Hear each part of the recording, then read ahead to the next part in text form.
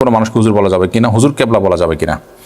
কেবলা তো আমাদের কাবা, কোনো আলেম বা কোনো দিনদার মানুষ আমাদের কেবলা হতে পারে না, অতএব কোনো মানুষকে হুজুর কেবলা বলাটা ভুল। হুজুর উপস্থিত বা একজন দিনদার ধার্মিক ব্যক্তিকে বোঝানো হয়ে থাকে, কিন্তু যখন কেবলা যুক্ত করা হয় তখন তার মানে হলো এমন হুজুর যে হুজুরকে অনুসরণ করতে হয়, যাকে সামনে রেখে চলতে হয়।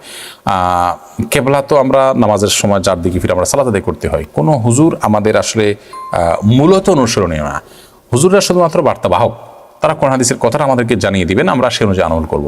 আমরা কোনো হুজুরকে পার্সোনালি অনুসরণ করি না। কিন্তু কেবলা বানানো অনেক সময় দেখা যায় যে অনেক পীর সাহেবকে সেজদা করে, তো এই যে তাকে সেজদা করতেছে, আমরা কাবার দিকে ফিরে আল্লাহকে সেজদা করি, কাবাকে সেজদা করি না। আর সেখানে অনেক সময় অনেক হুজুরকে, অনেক পীরকে ডাইরেক্ট সেজদা করতেছে, তো তাকে কেবলা বানাচ্ছে অনেক সময়। তো সেই অর্থে কেবলা বলার সম্ভাবনা যেহেতু আছে, অতএব বলা উচিত না, বরং হুজুর বা শেখ বা অন্য কোনো শব্দ দিয়ে তাকে আপনার ডাকা যেতে পারে।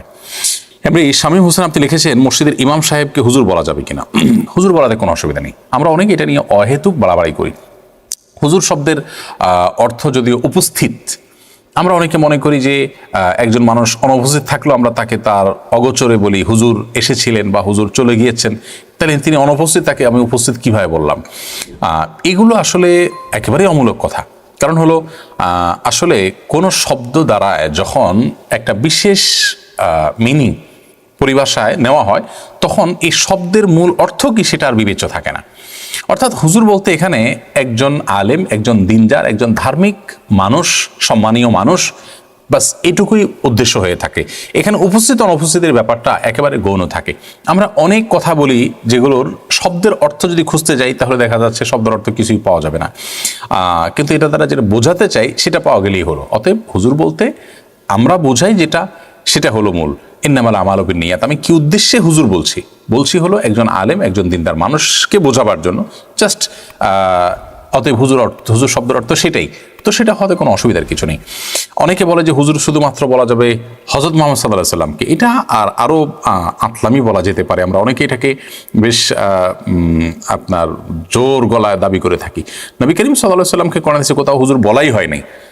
ওনাকেও যে হুজুর বলা হয় সেটাও আপনার এ অর্থে যে ধার্মিকদের আপনার গোড়া মূল তিনি, আলেমদের মূল তিনি, সেই জায়গা থেকে তাকে হয়তো হুজুর বলা হয়। কিন্তু তারপরেও হুজুর এই উপাধি না বলে তিনি আল্লাহ রসুল, আল্লাহর হাবিব, আল্লাহর নবী এরকম উপাধিতে বলাই তাকে উচিত। বরং তাকে হুজুর না বলে তার যে উপাধি আছে সেগুলো তাকে বলা উচিত। কিন্তু আমরা অনেকে মনে করি তাকে হুজুর বলা, হুজুর সাল্লাল্লাহু আলাইহি ওয়াসাল্লাম বলা হয়, সেজন্য অন্য কাউকে আর বলা যাবে না। এটা একেবারেই ভুল ধারণা।